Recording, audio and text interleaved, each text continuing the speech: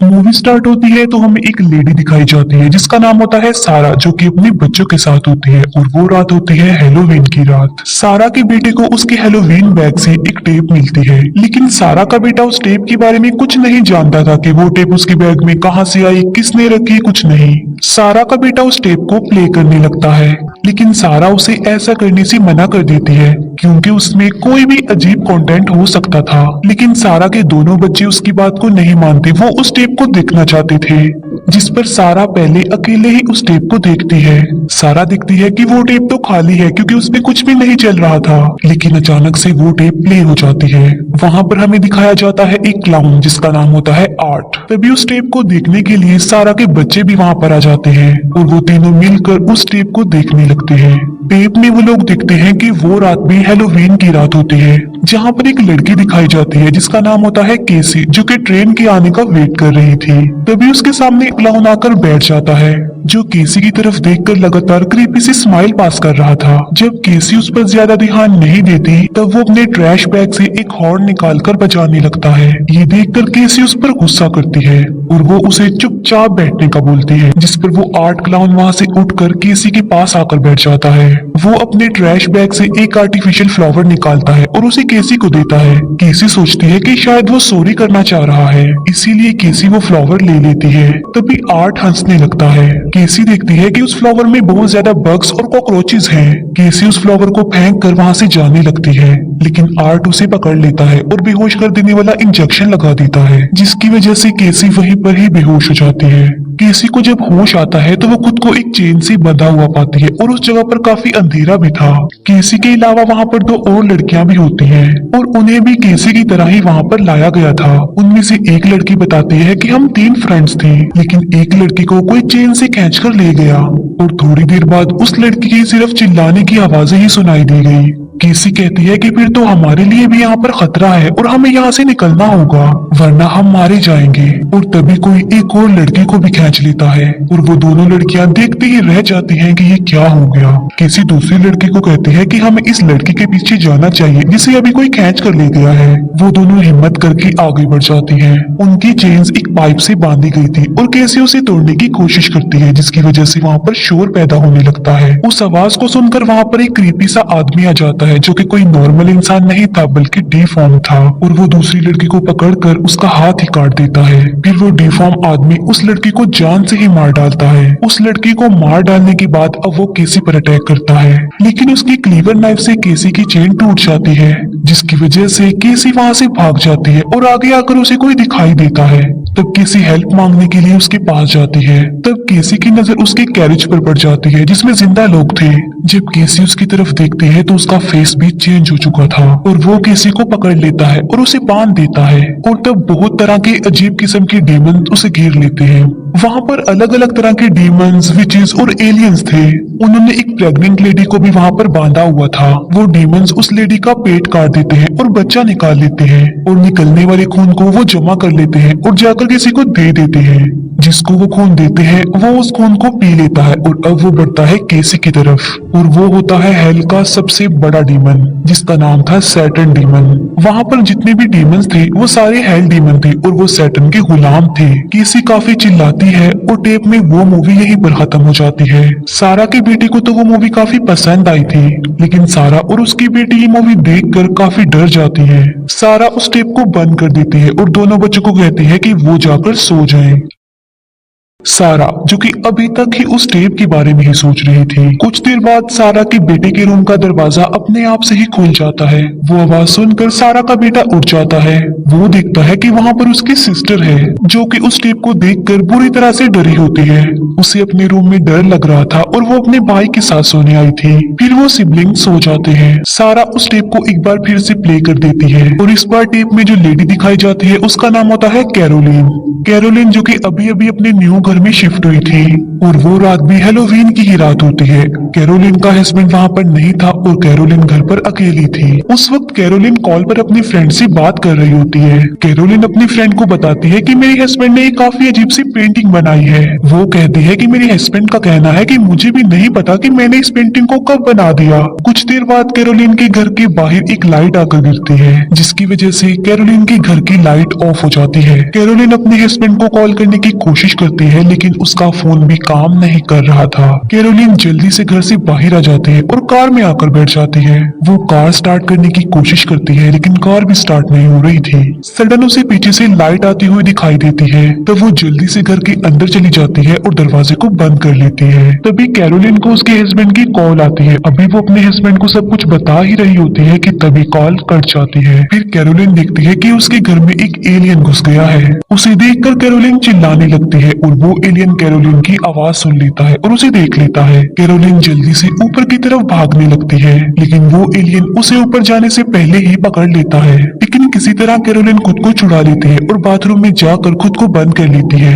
ये पता करने के लिए कि कैरोलिन कहाँ पर छुपी है, तब वो एलियन एक अजीब सी साउंड चला देता है, जिसका असर कैरोलिन के दिमाग पर होने लगता है और वो चिल्लाने लगती है और एलियन उसे ढूंढ कर पकड़ लेता है। वो एलियन कैरोलिन के अंदर कुछ डालने की कोशिश कर रहा था, जिससे वो एलियन सांस ले पा रहा था। कैरोलिन उसका एक पाइप ही निकाल देती है और फिर कैरोलिन वहाँ से भाग जाती है।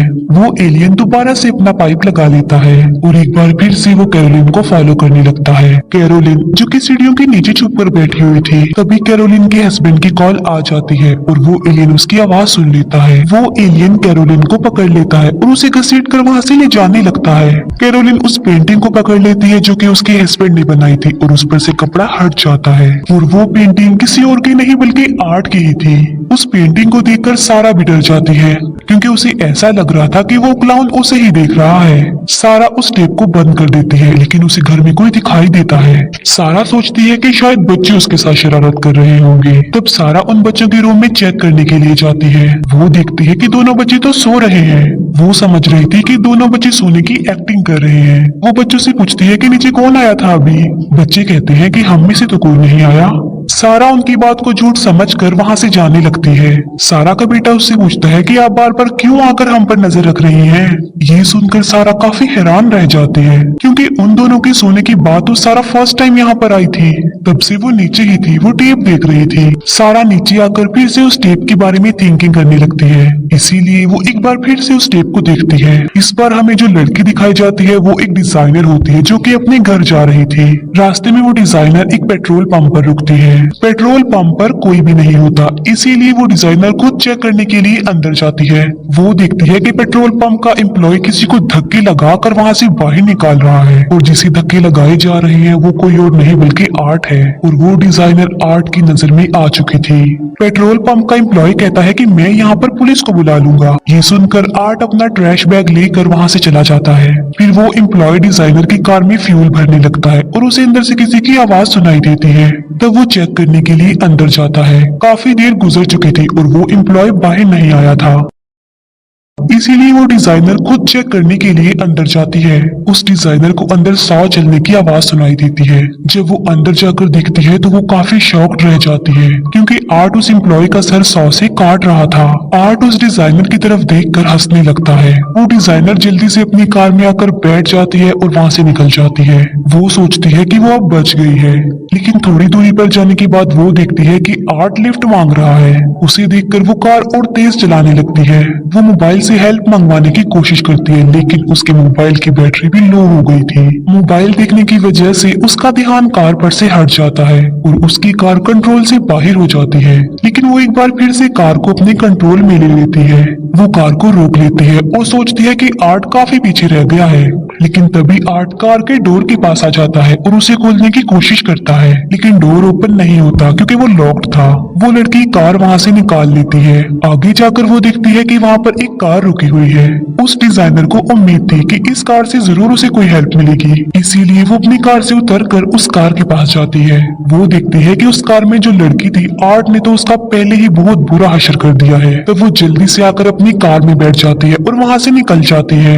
लेकिन वो ये नहीं जानती थी कि उसने कार से उतरकर कितनी बड़ी गलती कर दी थी, क्योंकि उस कार में अब आर्ट भी बैठ गया था। वो उस लड़की का दम घोंटकर उसे मारने की कोशिश करता है, लेकिन वो बहुत जोर से कार को ब्रेक लगाती है और कार से बाहर निकलकर भाग जाती है। भागते भागते वो एक शेड में आ जाती है और शेड के दरवाजे को बंद कर लेती है मजबूती से। आर्ट भी उसका पीछा करते करते वहां पर आ जाता है, लेकिन वो शेड के अंदर नहीं आ पाता, इसीलिए वो लड़की वहीं पर ही बैठ जाती है। काफी देर तक तो वहां पर सुकून ही रहता है, लेकिन तभी जमीन से एक हाथ बाहर आता है और वो हाथ किसी और का नहीं बल्कि आर्ट का था, जो कि जमीन से रास्ता बनाकर वहां पर आ गया था। आर्ट को देखकर वो लड़की वहां से भागने लगती है, लेकिन दरवाजा नहीं खुलता, क्योंकि इस बार दरवाजा बाहर से भी बंद हो गया था। आर्ट के पास एक चेन होती है जिस पर उसने तेज धार वाले औजार लगाए हुए थे।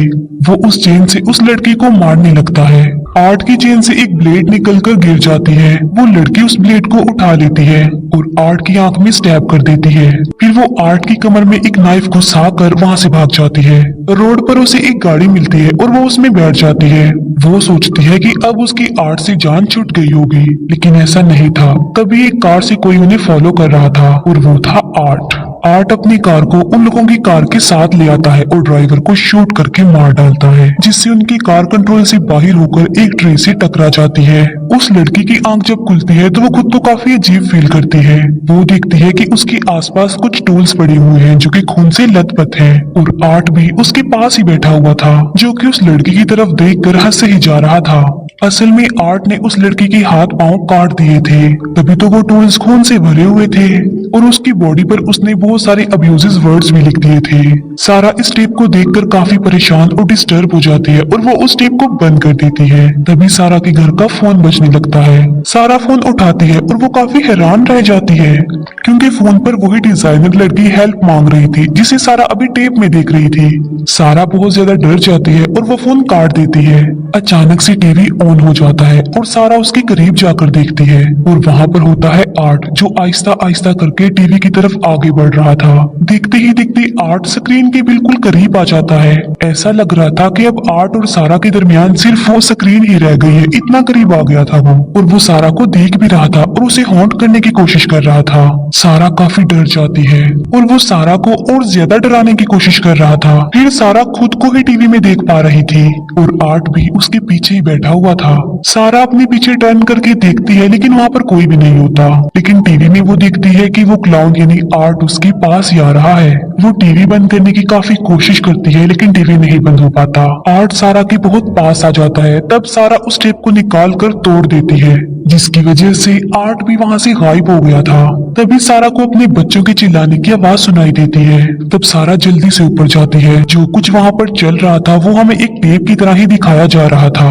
ऊपर जाकर सारा देखती है कि वहाँ पर आर्ट खून से लथपथ है और हंस रहा है, लेकिन अचानक से आर्ट वहाँ से गायब हो जाता है। सारा रूम में जाती है और वो देखती है कि आर्ट ने उन दोनों बच्चों के सर काटकर अलग कर दिए हैं, और आर्ट ने वॉल को खून से भर दिया है और वहाँ पर अपना नाम भी लिख दिया है। ये देखकर सारा काफी रोती है और चिल्लाती है, और सारा के चिल्लाने के साथ ही ये मूवी यहीं पर एंड हो जाती है।